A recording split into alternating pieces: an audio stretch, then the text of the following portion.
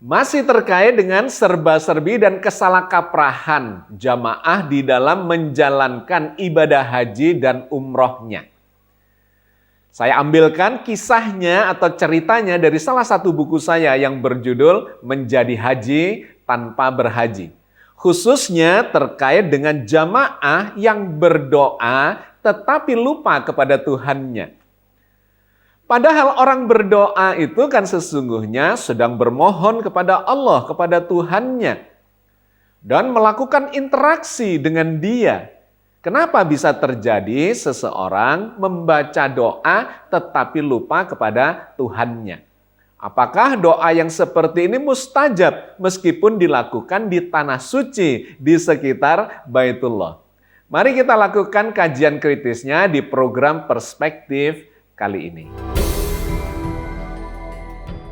Salah satu yang menjadi pembicaraan utama atau misi utama dari jamaah haji dan umroh yang diberikan oleh para pembimbing ibadah haji maupun umroh sejak di Tanah Suci adalah soal doa yang perlu disampaikan ketika berada di sekitar Baitullah, berada di Tanah Suci. Itu terlihat misalnya dari 3 hal.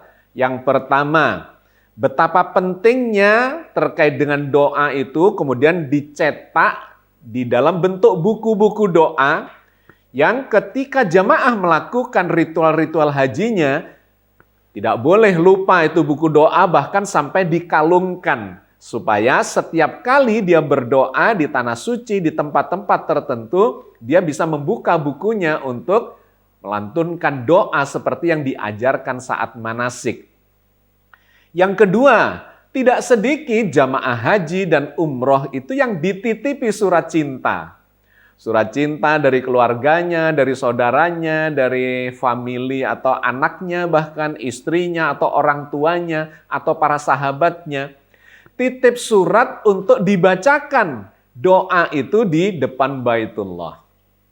Dan yang ketiga, tidak jarang jamaah ketika berangkat umroh atau berangkat haji itu sudah memiliki niat yang menggebu untuk berdoa di sana. Meminta sesuatu yang sudah diangan-angankan sejak lama, yang konon katanya tidak mustajab atau kurang mustajab ketika dilantunkan di tanah air. Dan lebih mustajab ketika berada di depan Baitullah atau di tanah suci. Dari ketiga hal ini kita bisa menyimpulkan dan merasakan betapa pentingnya berdoa di tanah suci, apalagi di depan Baitullah itu.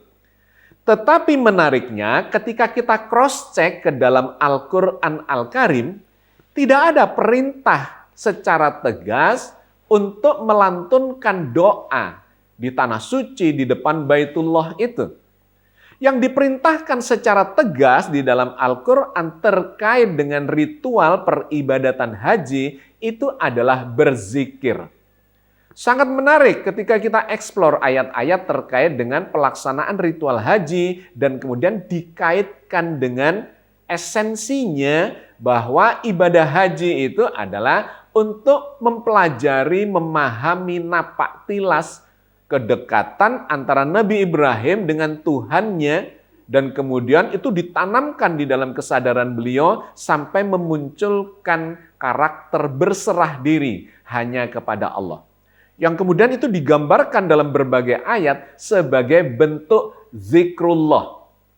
Zikrullah itu adalah mengingat Allah, senantiasa menghadirkan Allah di dalam kesadarannya. Misalnya yang disampaikan Allah di dalam surat Al-Baqarah ayat 198. Maka apabila kamu telah bertolak dari Arafah, berzikirlah kepada Allah di Masy'aril Haram. Dan berzikirlah kepada Allah sebagaimana yang ditunjukkannya kepadamu. Dan sesungguhnya kamu sebelum itu benar-benar termasuk orang-orang yang tersesat. Jadi perintah yang tegas yang disampaikan Al-Quran terkait dengan ritual perjalanan haji mulai dari Arafah menuju Masy'aril Haram, kemudian menuju Mina, dan nanti sampai akhirnya ditutup di kota Makkah, di Baitullah atau di Masjidil Haram sekarang kita menyebutnya, itu adalah perintah untuk berzikir yang sebanyak-banyaknya. Karena setelah ayat 198 ini, di ayat 200-nya itu masih ditegaskan lagi, bahkan sampai setelah selesai menjalankan ritual haji pun, kita diperintahkan atau jamaah diperintahkan untuk senantiasa berzikir kepada Allah. Apabila kamu telah menyelesaikan ibadah hajimu, maka berzikirlah dengan menyebut nama Allah sebagaimana kamu menyebut-nyebut nenek moyangmu. Atau bahkan berzikirlah lebih banyak dari itu. Dan masih banyak ayat-ayat yang lain yang menggambarkan secara umum bahkan selain ibadah haji, kita ini memang lebih diperintahkan untuk berzikir sebanyak-banyaknya kepada Allah. Di waktu pagi, di waktu petang, dalam keadaan berdiri, duduk, berbaring, qiyaman wa qu'udan wa ala junubihim. Perintah berzikir itu bertaburan di dalam Al-Quran Al-Karim. Dalam kondisi di luar ibadah haji ataupun di dalam peribadatan haji itu. Perintah berzikir dilakukan sebanyak-banyaknya. Bahkan sholat itu termasuk adalah bagian bentuk dari zikir. Dan sesudah sholat masih diperintahkan lagi untuk berzikir. Haji itu adalah satu proses untuk zikir kepada Allah. Dan setelah selesai haji diperintahkan masih terus berzikir kepada Allah. Di dalam surat Al-Ahzab 41 dan 42 Allah berfirman, "Hai orang-orang yang beriman, berzikirlah menyebut nama Allah dengan zikir yang sebanyak-banyaknya. Dan bertasbihlah kepadanya di waktu pagi dan petang hari." Jadi poin penting terkait dengan pelaksanaan ibadah haji itu adalah proses berzikir kepada Allah di sepanjang ritualnya, mulai dari awal sampai akhir, bahkan setelah selesainya. Nah, sedangkan terkait dengan doa, menariknya di dalam Al-Quran itu tidak digambarkan dalam bentuk perintah atau tidak diungkapkan dalam bentuk kalimat perintah, melainkan sebuah sindiran bahwa di dalam ibadah haji itu ada orang yang berdoa dan doanya hanya meminta hal-hal yang bersifat duniawi dan kemudian dikritisi oleh Allah. Tetapi ada orang lainnya lagi yang berdoa meminta duniawi dan ukhrawi. Dan doanya itu digambarkan secara umum yang kemudian disebut atau kita kenal sebagai doa sapu jagat. Mari kita baca sindiran Allah terkait dengan orang yang berdoa di tanah suci di depan Baitullah itu dari surat Al-Baqarah ayat 200 sampai 202. Maka di antara manusia ada yang berdoa, "Ya Tuhan kami, berilah kami kebaikan di dunia dan baginya tidak ada bagian di akhirat." Tetapi di antara mereka ada orang yang berdoa, "Ya Tuhan kami, berilah kami kebaikan di dunia dan kebaikan di akhirat, dan peliharalah kami dari siksa api neraka." Mereka itulah orang-orang yang mendapat bagian dari apa yang mereka usahakan, dan Allah sangat cepat perhitungannya. Ayat ini memberikan pengkritisan kepada jamaah haji, jamaah umroh yang sedang di depan Baitullah, sedang berada di tanah suci. Ketika berdoa itu jangan hanya minta urusan yang bersifat duniawi. Rezeki-rezeki yang bersifat duniawi, terkait dengan karir, terkait dengan segala macam. Pokoknya yang bersifat duniawi. Kata Al-Quran, kata ayat ini, orang-orang yang hanya berdoa terkait urusan duniawi, dia dikabulkan doanya terkait dengan urusan duniawi, tapi tidak mendapatkan bagian di akhirat. Yang baik, kata ayat ini, berdoa itu ya dunia dan akhirat. Rabbana atina fid dunya hasanah wa fil akhirati hasanah wa qina adzabannar. Itu doa yang diajarkan dan kita kenal sebagai doa sapu jagat.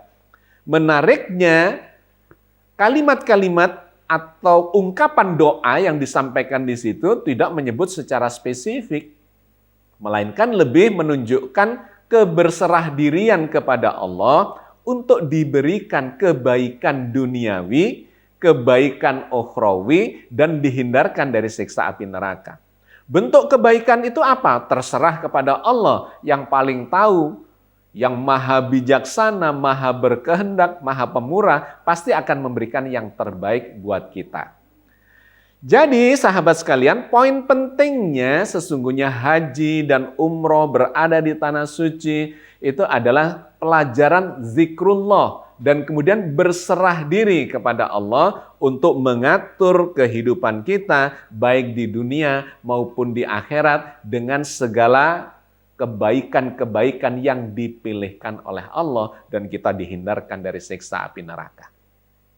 Nah, kembali kepada fenomena terkait dengan tidak sedikit jamaah haji yang berdoa di tanah suci itu minta segala macam dan kecenderungannya bersifat duniawi.